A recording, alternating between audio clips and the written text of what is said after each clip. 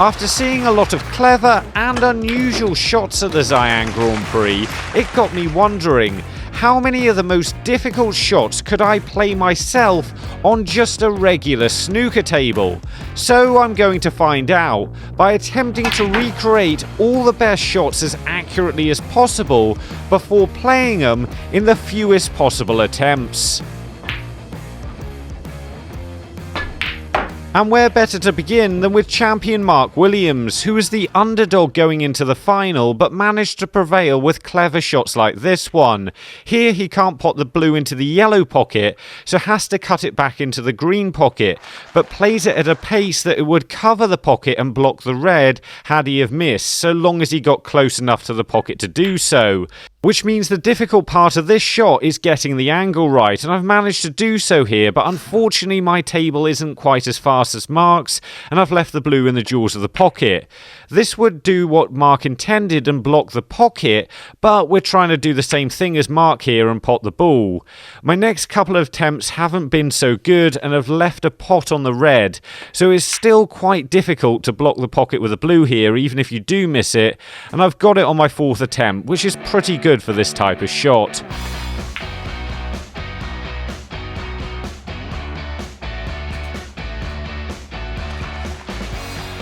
Okay, let's try something a little bit more challenging then, because the indications are Ronnie O'Sullivan appears to be back in form, and this shot seems to prove it, as he not only pots this difficult red down the cushion, but drags it in to hold in position for the pink. The frame may well have been over, but he managed to take the next one as well, winning the match by 5 frames to 1. I always find playing a shot like this with backspin makes it harder to cut the ball, and you usually hit the shot a little bit straighter than you intend, so that would mean pushing it into the side cushion here, that I'm doing most of the time, even though it's not by much. The point of the backspin is to take the speed out of the cue ball, so it'll slow up in position for the pink, so I've just got to get the angle right here, and this is looking better. Yeah, it's dropped in. That's not too bad. That's a difficult shot.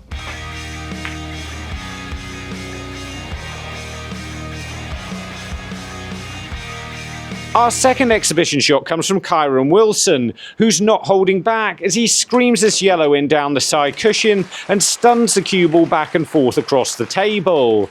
He obviously already had won this frame, but go on to take the next 2 for the match.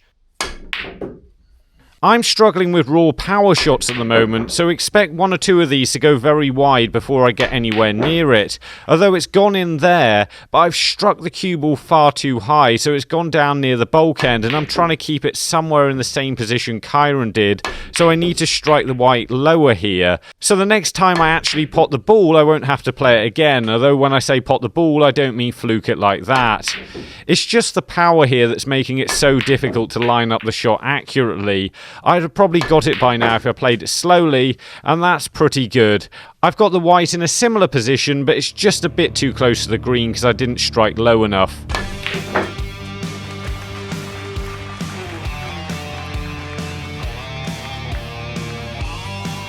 Unfortunately for Kyren, however, he very quickly ran into a seemingly unbeatable Shaun Murphy, who raced to a 4-0 lead and pumped in this impressive shot in the 5th, giving him a chance to take the match in that visit, which he did and ended up scoring 533 points to 6 in total over the course of the match, and the 6 points was from a foul on the final pink. So Shaun was able to score 533 points in this match without a reply, which was nearly a record.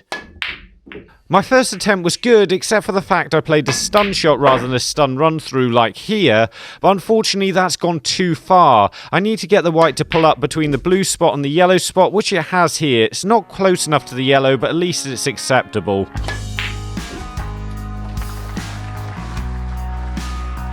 This is something we've seen Gary Wilson do before with the rest, so he doesn't have to use the spider.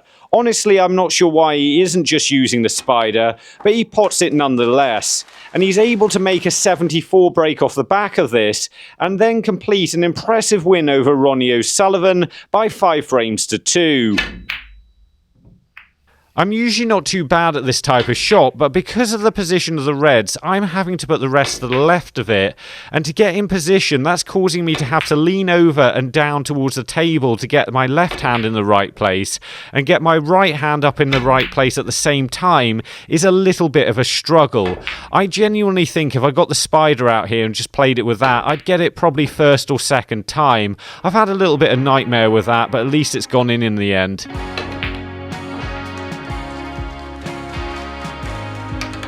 A perfect positional shot this time from Ronnie, as he's potting the blue here and spinning the cue ball around two cushions to disturb the pink. He does just enough to nudge it over the middle pocket, and he's able to complete 128 clearance and win the frame. And as we've already seen, he takes this match. I've played it around the angles to a top spin and right hand side here, and I'm really just hoping for the best, but that's about as good as it could have gone. I've hit it fairly similar to Ronnie there.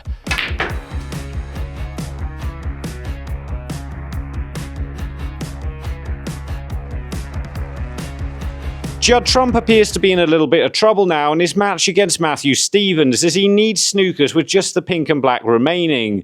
Despite this, he manages to get this perfect snooker behind the black. It looked like it was going to be short all the way, but it just does enough to nestle up against it. Matthew would miss the snooker escape, allowing Judd to take the pink and black to force a respot, in which Judd would win and then force a deciding frame. However, Matthew was just too strong in this deciding frame, so it didn't really matter in the end, but it's definitely a great snooker.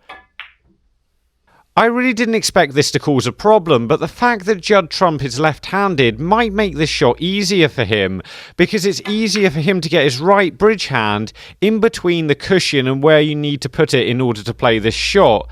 I'm having to make a bit of an awkward bridge off the side cushion here, and it's causing me difficulties in finding exactly the right thin contact I need on the pink in order to get the white in the right place, and like that, every now and again I just keep wobbling out of position and it goes wrong. This actually looks quite good. I've got in behind the black here, not the same way that Judd played it, but I'm going to take that because otherwise I'll be here all day getting it right.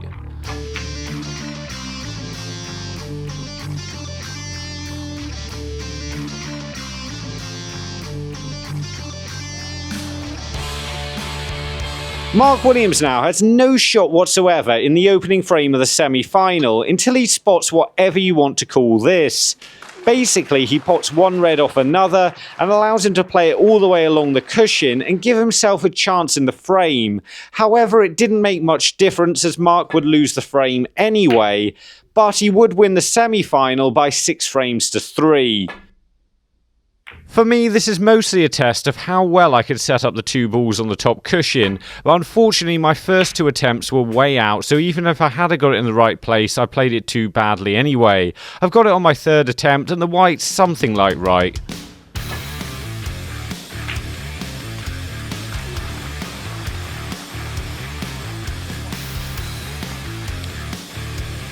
Clearing up, Kyren Wilson's left himself an incredibly thin cut on the pink for the century break. Despite this, he manages to cut it in at the right angle, but doesn't get the cue ball to go anywhere near position for the black. He does leave himself a double, but misses it in the end, which is a shame because it would be a lot better than the 2 doubles we've got coming up, which seem a bit basic, or at least they seem so. Who knows how they'll play? But let's see if I can get the angle right with this one to pot it and get the cue ball in the same position as Kyren.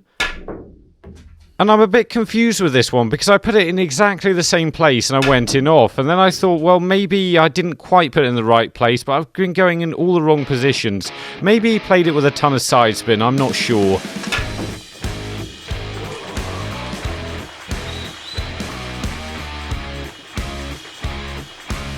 This double from Daniel Wells gives him a great chance in the opening frame of his quarter-final match, but he's unable to capitalise on it and eventually loses the frame. However, he would win the match by 5 frames to 2 and make it through to the semi-finals.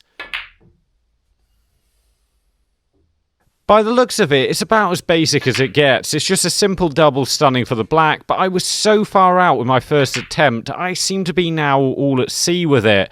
And I'm struggling to get the right angle. I keep missing it a little bit wide, and I can't seem to work out where the pocket is. I finally got it though.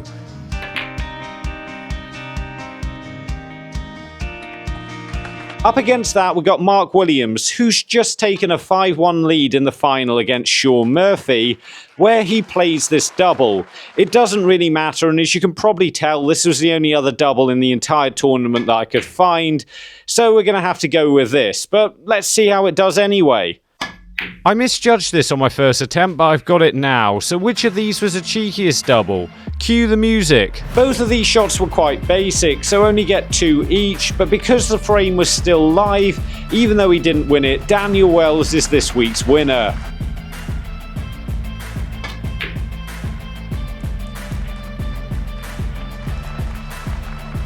A good pot now from Sam Craigie, who's trying to get back in the match against Ding.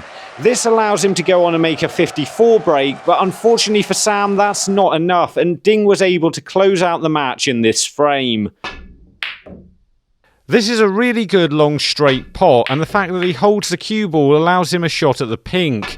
All I've really got to contend with here is the fact that I've got to dig down a little bit of the cue ball, but unfortunately I just can't quite seem to pot the red at the moment. I keep getting very close and rattling it, but it's just not going in. So I'm hoping that I should be able to get closer, not further away as I'm doing now. It's still not going in. I don't think there's really anything more to say about this, other than the fact it probably should have got it already. Yeah, that'll do. So it took a bit longer than it should have there. Shaun Murphy's run out of position in the semi-final, this time against Gary Wilson, and is forced into playing a long pot to keep the frame going. He gets the blue, but would eventually miss the red and leave it on, allowing Gary to take the frame. However, Shaun would still make it through to the final with a score of 6 frames to 4. I don't think I would have included this if I realised it didn't go anywhere for Shaun in the frame, but I've got it now, so let's move on.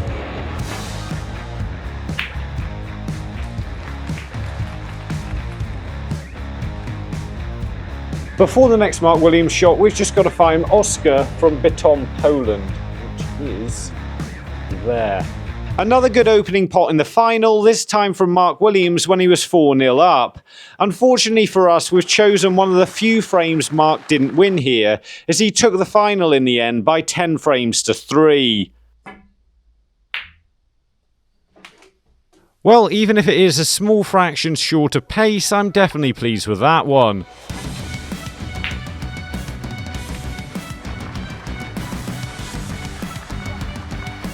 A good chance now to see how well I'm cueing with this shot from Gary Wilson, who pots this long red out of the D and screws the cue ball back a little bit too far. He ends up too close to the brown to do anything with it, but would eventually go on to win this frame with a 101 break. So let's see if I can get anywhere near screwing back as far as Gary. Well, I've got it, but unfortunately I haven't cued it as well as I possibly can, so I'm going to have another go. And I've realised I've missed a trick here, because it gave us the measurements from the cue ball to the object ball and from the object ball to the pocket. So I could have measured it and checked everything was right, but unfortunately I haven't done that, so I'm not sure if they're in the right position or not. All I know is that's about as well as I can cue it, unfortunately.